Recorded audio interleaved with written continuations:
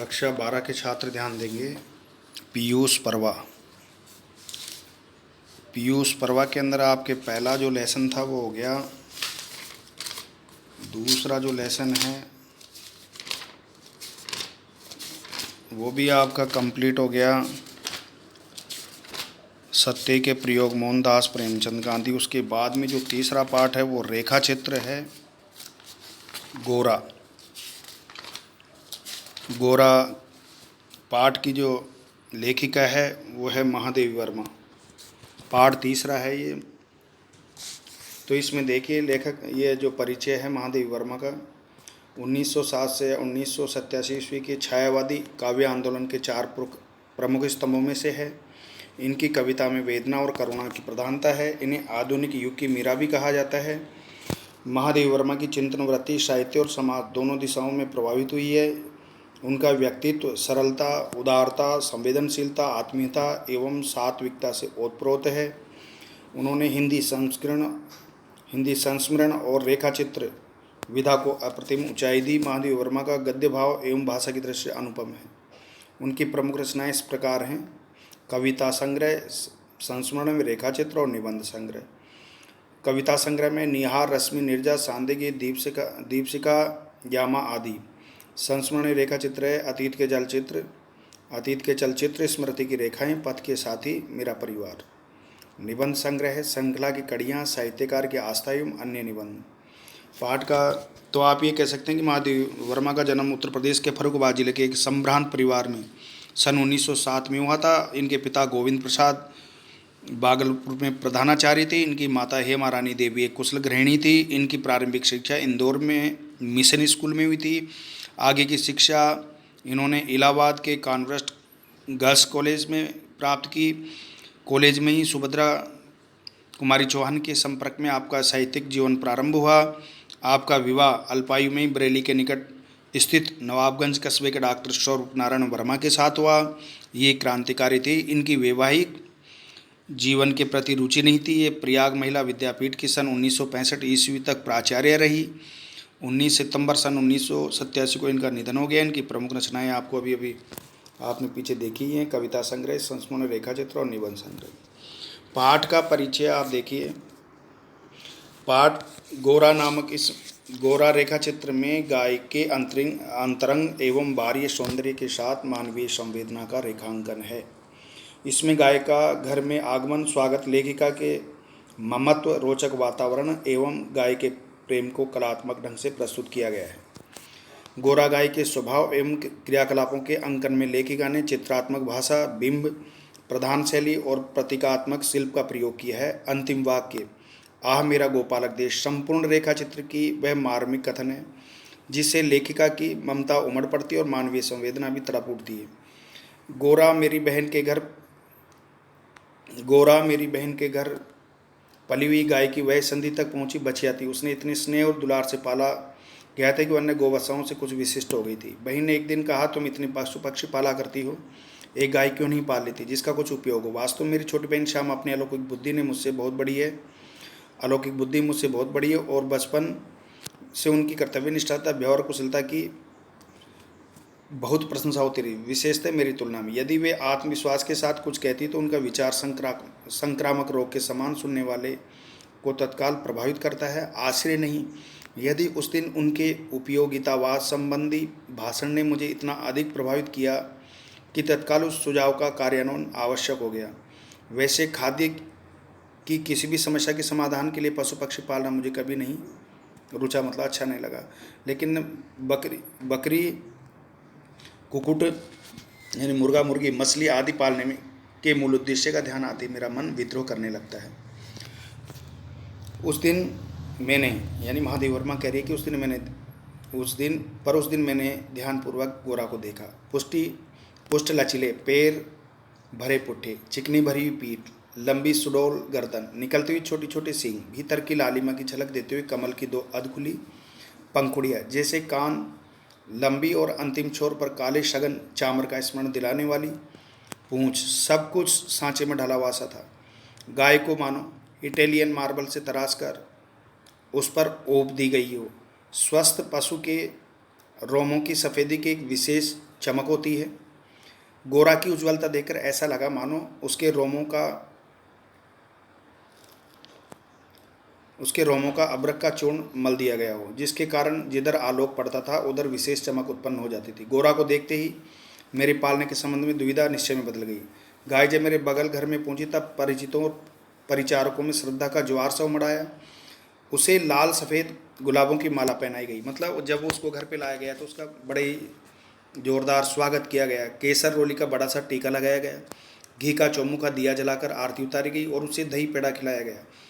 उसका नामांकन हुआ गोरांगिनी या गोरा, पता नहीं उसका घर पे उस बछड़े को लाया और उसका नाम जो है गोरांगिनी अर्थात गोरा के नामकरण उसका किया गया, गोरा रखा गया। पता नहीं इस पूजा अर्चना का उस पर क्या प्रभाव पड़ा, परंतु वह बहुत प्रसन्न जान पड़ी। उसकी बड़ी चमकीली और काली आंखों में जब आरती की दिए की लो प्रतिफलित होकर झिलमिलाने लगी तभी कई दियों का भ्रम होने लगा। जान पड़ा जैसे रात में काली दिखने वाली लहर पर किसी ने कई दिए प्रवाहित कर दिए हो। मतलब जैसा रात को दिए जलाते हैं ना, उसकी जो ज्वाला की जो उसके ऊपर गिरती है परछाई तो चमकने लगती, तो वैसे वो भी चमकने लगी। गोरा वास्तव में बहुत प्रियदर्शन थी। विशेषतः उसकी काली बिलोरी आंखों का तरल सौंदर्य तो दृष्टि को बांधकर स्तर कर देता था। चौड़े उज्ज्वल माथे और लंबे तथा सांचे में ढले हुए से मुख पर आंखें बर्फ में नीचे जल के कुंडों के समान लगती थी।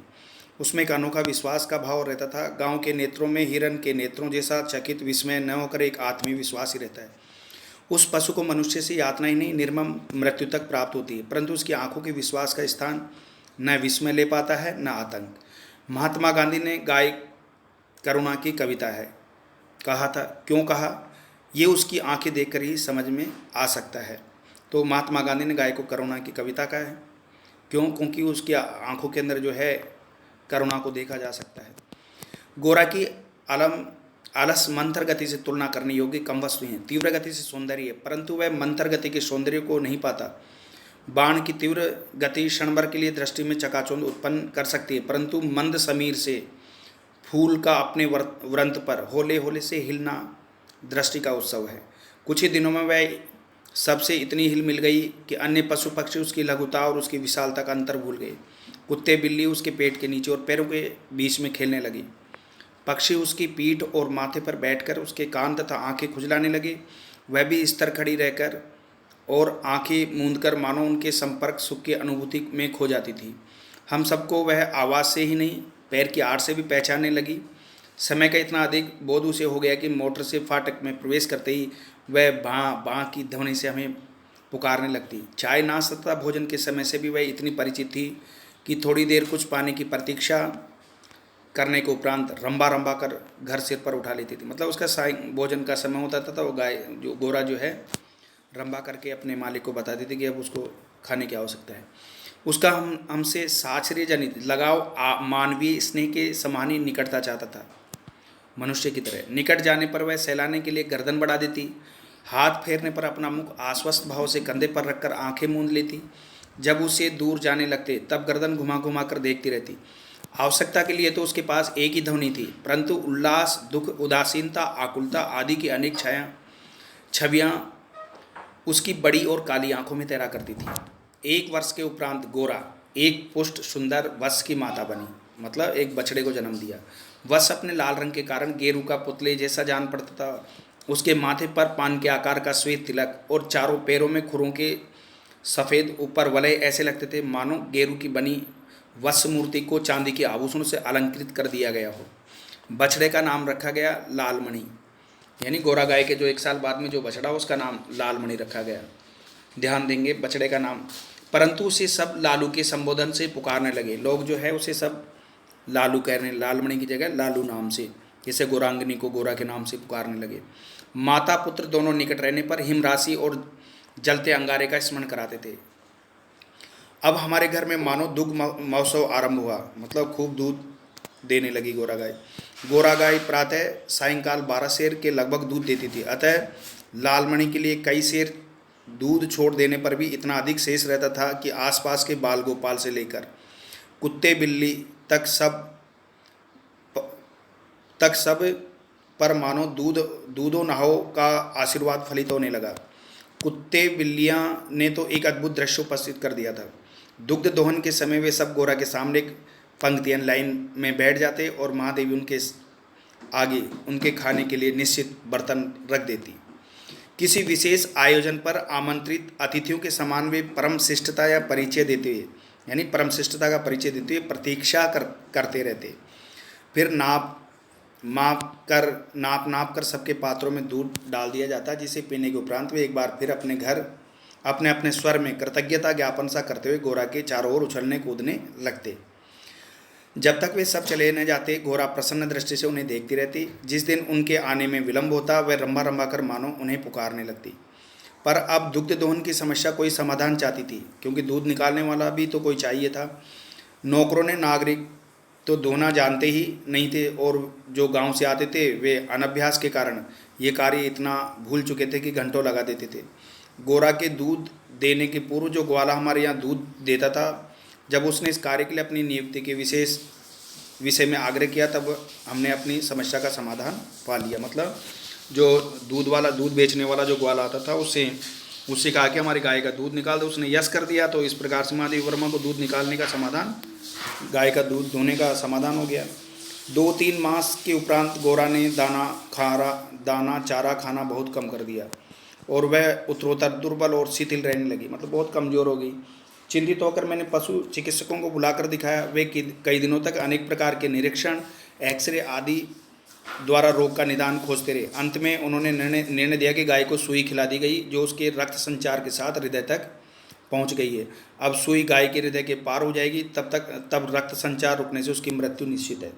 मतलब जब गाय बीमार पड़ गई और दिन दूना रात चौगुना दुर्बल होने, कमज़ोर होने लगी, तो महादेवी वर्मा ने उसको डॉक्टर को दिखाया, पशु चिकित्सक को। पशु चिकित्सक ने उसकी बहुत खोज की, उसका एक्सरे किया और एक्सरे के अंदर पाया कि उसको खाने के अंदर क्या दे दिया गई, सुई खिला दी गई गुड़ के साथ के अंदर। अब तो उसका बचना मुश्किल है और उसका रक्त संचार होने के कारण उसकी मृत्यु निश्चित है। मुझे कष्ट और आश्चर्य दोनों की अनुभूति। सुई खिलाने का क्या तात्पर्य हो सकता है गाय को? दाना चारा तो हम स्वयं देखभाल कर देते हैं, परंतु संभव है उसी में सुई चली गई होगी। पर डॉक्टर के उत्तर से ज्ञात हुआ कि दाने चारे के साथ गई सुई गाय के मुख में ही छिद कर रह जाती है। गुड़ की बड़ी बड़ी ढेली के भीतर रखी हुई सुई ही गले के नीचे उतर जाती है और अंततः रक्त संचार में मिलकर हृदय में पहुंच सकती है। अंत में ऐसा निर्मम सत्य उद्घाटित हुआ जिसकी कल्पना भी मेरे लिए संभव नहीं। प्राय कुछ ग्वाले ऐसे घरों में जहाँ उनसे दूध अधिक लिया जाता है, गाय का आना सह नहीं पाते, क्योंकि उनका दूध खरीदना बंद हो जाता है। अवसर मिलते ही वे गुड़ में लपेटकर सुई उसे खिलाकर उसकी असमय मृत्यु निश्चित कर देते हैं। गाय के मर जाने पर उन घरों में वे पुनः दूध देने लगते हैं, मतलब दोबारा फिर से उनका दूध का व्यवसाय शुरू हो जाता है। सुई की बात ज्ञात होते ही ग्वाला एक प्रकार से अंतर्ध्यान हो गया, अतः संदेह का विश्वास में बदल जाना स्वाभाविक था। मतलब लेखिका को ये पूरा विश्वास हो गया महादेवी वर्मा को कि ये गाय जो है गाय को सुई जो है गुड़ में ग्वाले नहीं दी है, वो भी दूध के व्यवसाय रुक नहीं जाए इस वजह से। वैसे उसकी उपस्थिति में भी किसी कानूनी कार्रवाई के लिए आवश्यक प्रमाण जुटाना असंभव था। अब उसकी प्रमाणिकता, मतलब अगर उसके ऊपर केसबाजी करें तो उसके लिए कोई कागजों की डॉक्यूमेंट्स की आवश्यकता होती है, गवाह इत्यादि, जो लेखिका के पास था नहीं। तब गोरा का मृत्यु से संघर्ष आरंभ हुआ जिसकी स्मृति मात्र से आज भी मन शिहर उठता है। डॉक्टरों ने कहा गाय को सेब का रस पिलाया जाए तो सुई पर कैल्शियम जम जाने और उसके न चुभने की संभावना अतः नित्य कई बार सेवों का रस निकाला जाता और नली से गोरा को पिलाया जाता। शक्ति के लिए इंजेक्शन पर इंजेक्शन दिए जाते। पशुओं के लिए इंजेक्शन के लिए सूजे के समान बहुत लंबी मोटी सीरिंज तथा बड़ी बोतल पर भर दवा की आवश्यकता हो, अतः वह इंजेक्शन भी अपने आप में शल्य क्रिया जैसा यातनामय हो जाता था। पर गोरा अत्यंत शांति से बाहर और भीतर दोनों ओर के चौबन और पीड़ा सहती थी। केवल कभी कभी उसकी सुंदर पर उदास आंखों के कोनों में पानी की 2 बूंदें झलकने लगती थी। अब वह उठ नहीं पाती, परंतु मेरे पास पहुंचते ही उसकी आंखों में प्रसन्नता की छाया सी तैरने लगती थी। पास जाकर बैठने पर वो मेरे कंधे पर अपना मुख रख देती थी और अपनी खुरदरी जीभ से मेरी गर्दन चाटने लगती थी। लालमणि बेचारे को तो माँ की व्याधि और आसन्न मृत्यु का बोध नहीं था। उसे दूसरी गाय का दूध पिलाया जाता था, जो उसे रुचता नहीं था, मतलब अच्छा नहीं लगता था। वह तो अपनी माँ का दूध पीना और उससे खेलना चाहता था। अतः अवसर मिलते हुए गोरा के पास पहुंचकर या अपना सिर मार मार कर उसे उठाना चाहता था, या खेलने के लिए उसके चारों ओर उछल कूद कर परिक्रमा ही देता रहता। मैंने बहुत से जीव जंतु पाल रखे हैं, अतः उनमें से कुछ समय असमय विदा देनी ही पड़ती है, परंतु ऐसी मरम व्यथा का मुझे स्मरण नहीं है। इतनी ही हष्टपुष्ट सुंदर दूसरी उज्ज्वल पैसोनी गाय अपने इतने सुंदर चंचल वश को छोड़कर किसी भी क्षण निर्जीव और निश्चिष्ट हो जाएगी, ये सोचकर भी आंसू आ जाते थे। लखनऊ, कानपुर आदि नगरों से भी पशु विशेषज्ञों को बुलाया। स्थानीय पशु चिकित्सक तो दिन में 2-3 बार आते रहे, परंतु किसी ने ऐसा उपचार नहीं बताया जिससे आशा की कोई किरण मिलती। निरुपाय मृत्यु की प्रतीक्षा का मर्म वही जानता है जिसे किसी असाध्य और मरणासन रोगी के पास बैठना पड़ा हो। जब गोरा की सुंदर चमकीली आंखें निष्प्रभ हो चली और सेव का रस भी कंठ में रुकने लगा, तब मैंने अंत का अनुमान लगा लिया। अब मेरी एक इच्छा थी कि मैं उसके अंत समय उपस्थित रह सकूं। दिन में ही नहीं, रात में भी कई बार उठकर मैं उसे देखने गई। जैसे ही उसने अपना मुख सदा के समान मेरे कंधों पर रखा, वैसे ही वह एकदम पत्थर जैसा भारी हो गया और मेरी बाह पर से सरक कर धरती पर आ गया। कदाचित सुई ने हृदय को भेद कर बंद कर दिया। गोरांगनी को ले जाते समय मानो करुणा का समुद्र उमड़ आया। मतलब गोरा की जो है मृत्यु हो गई, और जब उसको अंतिम अंत्येष्टि के लिए ले जाया जा रहा था तो वहाँ पर करुणा का मतलब लोगों की आंखों में जो है करुणा का भाव जा गया, परंतु लालमणि इसे भी खेल समझ उछल कूदता रहा। यदि दीर्घ निश्वास का शब्दों में अनुवाद हो सके तो उसकी प्रतिध्वनि कहेगी कि आहा मेरा गोपालक देश। मतलब मन से यही आत्मा निकलेगी कि अरे मेरे गोपालन गायों को पालने वाले देश। मतलब ऐसे लोग भी संसार के अंदर हैं। एक तरफ तो जो लोगों को माता के समान दर्जा देते हैं, दूसरे ऐसे स्वार्थी और लालची लोग भी समाज के अंदर मौजूद हैं जो अपने कुछ तुच्छ लाभ के लिए जो है उसको मारने में भी पीछे नहीं रहते। शब्दार्थ आप देखेंगे पाठ के, वही संधि यानी किशोरावस्था, संक्रामक सूत के कारण फैलने वाला, चामर यानी चंवर, आलोक यानी प्रकाश, प्रतिफलित यानी प्रतिबिंबत, आलस यानी आलस्य, समीर हवा, साचर्य संसात, हिमराशि बर्फ का ढेर, शल्यक्रिया चीरफाड़ का इलाज करना, परिक्रमा चारों ओर घूमना, निरुपाय उपाय रहित, प्रतिध्वनि यानी गूंज, गोवत्स गाय का बछड़ा, कुकुट यानी मुर्गा, ओप यानी चमक, परिचारक यानी सेवक, प्रियदर्शन यानी सुंदर, मंत्र यानी धीमा, होले होले यानी धीरे धीरे, वलय यानी मंडल कंकण, अनभ्यास अभ्यास रहित, यातनामय पीड़ाकारी, पयस्वनी दूध देने वाली, बारी मुहूर्त ब्रह्म मुहूर्त यानी प्रभात का समय। इस प्रकार जो है आपका ये जो है पाठ कंप्लीट हो गया। और इसके वस्तुनिष्ठ बने गाय करुणा की कविता, उक्त कथन है गाय करुणा की कविता है। महात्मा गांधी ने कहा था गोरा की मृत्यु हुई, सही आंसर इसके अंदर सही है, सुई खिलाने से। दूसरा क्वेश्चन है अति लघुत्रात्मक गोरा के पुत्र का नाम क्या रखा गया, तो आप कहोगे लालमणि, लेकिन उसको लोग प्यार से लालू कहकर बुलाते थे। अगला जो क्वेश्चन है तीसरा, स्वस्थ पशु के रोमों की क्या विशेषता होती है, तो आप कहोगे कि उत्तर है स्वस्थ पशु के रोमों की सफ़ेदी में एक विशेष चमक होती है।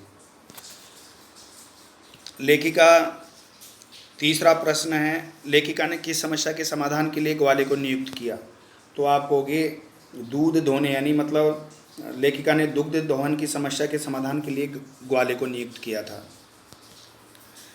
जिसकी स्मृति मात्र से आज भी मन शेर उठता है, लेखिका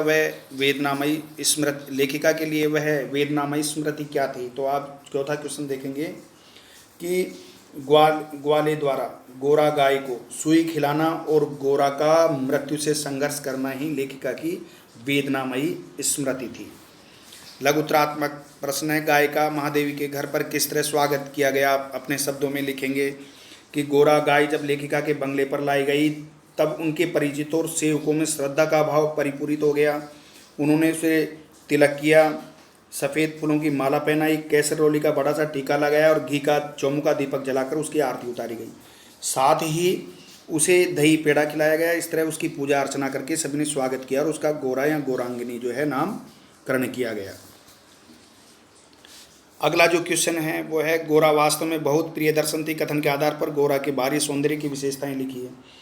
तो गोरा वास्तव में बहुत प्रिय दर्शन थी, गोरा का रूप सौंदर्य अनेक विशेषताओं से मंडित था। गोरा के पैर पुष्ट एवं लचीले थे, भरे पुट्ठे थे, चिकनी भरी हुई पीठ, लंबी सुडौल गर्दन, निकलते हुए छोटे सींग, भीतर की लालिमा की झलक देते हुए कमल की दो अधखुली पंखुड़ियों जैसे कान, लंबी और अंतिम छोर पर काले सघन चामर का स्मरण दिलाने वाली पूंछ गुच्छेदार, सब कुछ सांचे में ढला हुआ सा था, मानो इटालियन मार्बल में गाय का स्वरूप तराशकर उसे गोरा पर ओप दिया गया हो।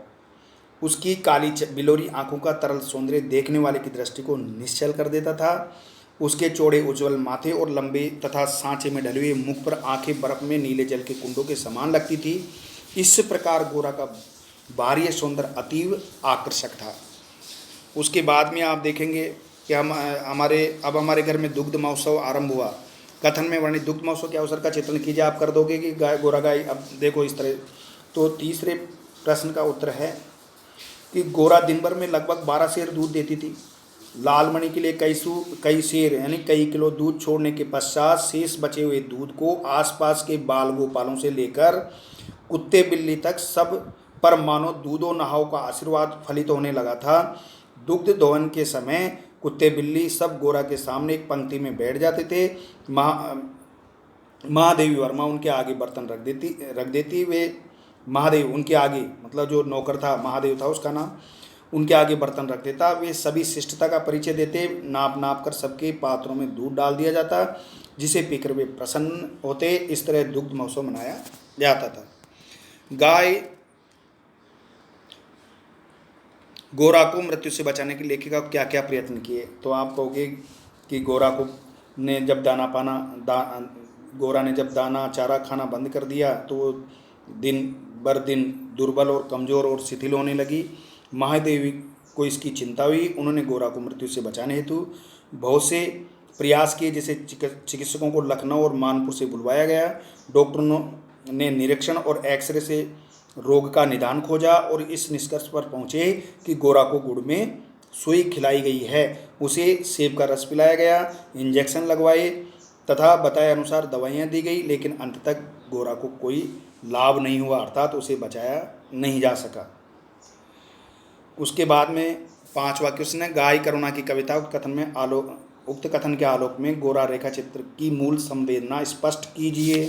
तो आप मूल संवेदना, इस पाठ के अंदर ये बताया गया है कि लेखिका ने गोरा को बड़े दुलार से पाला था। दूध दूहने की समस्या का निदान करने के लिए लेखिका ने जिस ग्वाले को नियुक्त किया था दूध निकालने के दूहने के लिए, उसी ने स्वार्थी होने के कारण स्वार्थ से पूरित होकर ईर्ष्यावश गोरा को बड़े गुड़ के ढेले में सुई मिलाकर खिला दी थी, जिससे कुछ दिनों अस्वस्थ रहने के बाद उसका पीड़ापूर्ण प्राणांत हो गया। लेखिका करुणा भाव से द्रवित होकर अति व्यथित हुई और सोचने लगी कि भारत गोपालक देश कहा जाता है, लेकिन यहाँ ग्वाले ने ईर्ष्या और स्वार्थवश गोरा की हत्या कर दी। विश्वास करने वाले मूक प्राणी का ऐसा जीवनांत। लेखिका की मूल संवेदना मानवीय संवेदना है। महादेव वर्मा ने गाय के प्रति अपनी संवेदना को प्रकट किया है। अब देखो निबंधात्मक क्वेश्चन है, वो आप अपने आप भी कर सकते हैं। गोरा रेखा चित्र की विशेषताएं लिखो। तो आप गोरा गाय की विशेषताएं, गोरा बहुत सुंदर गाय थी, उसकी आंखें काली व चमकीली थी, उसका माथा चौड़ा और मुंह लंबा था, लंबे सफ़ेद मुख पर उसकी आंखें ऐसे लगती थी मानो बर्फ़ के बीच नीले जलकुंड हों। उसकी आंखों में आत्मीयता से परिपूर्ण विश्वास का भाव था। वह मंथर गति से चलती थी। वह कुछ दिनों में ही हिल मिल गई थी। कुत्ते बिल्ली उसके पेट के नीचे और टांगों के बीच में खेलने लगे थे। पक्षी उसके पीठ और माथे पर बैठते थे और उसके कान तथा आंखें खुजलाते थे। गोरा पैरों की आड़ से सबको पहचान लेती थी। उसको मोटर के आने, मतलब लेखिका जब आती थी, उसका चाय नाश्ता एवं भोजन के समय की पहचान थी। कुछ पाने के लिए वह रम्माने लगती थी। पास आने पर वह अपनी गर्दन सहलाने हेतु आगे बढ़ा देती थी। हाथ फेरने पर वह आश्वस्त होकर उसे कंधे पर रख लेती और आंखें बंद कर लेती थी। अपने से दूर होने पर वह आने जाने वालों को गर्दन घुमा कर देखती रहती थी। कोई जरूरत होने पर वह एक निश्चित आवाज़ करती थी, ध्वनि करती थी। आह मेरे गोपालक देश। दूसरा निबंधात्मक क्वेश्चन है, आह मेरे गोपालक देश पंक्ति में निहित वेदना का चित्रण अपने शब्दों में कीजिए।